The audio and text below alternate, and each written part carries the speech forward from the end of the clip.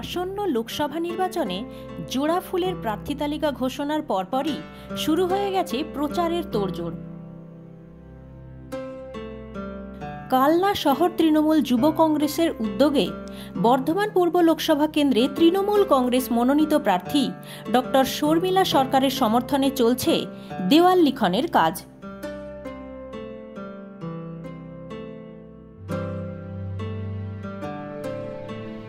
রাত জেগে চলছে শাসক দলের প্রতীক জোড়া ফুলে তুলির টান।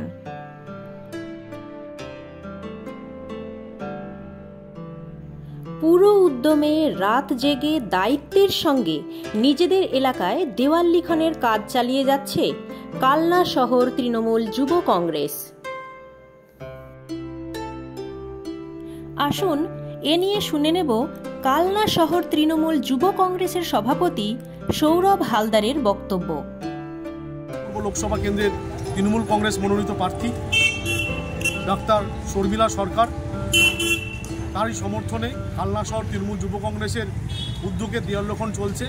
কালনা শহরের প্রতিটা ওয়ার্ডে যুবকর্মী তারা মাঠে নেমে পড়েছে প্রার্থীর প্রচারে। তারা দেওয়াল লিখন করছেন, ব্যানার টানাচ্ছেন প্রার্থীর প্রচারে।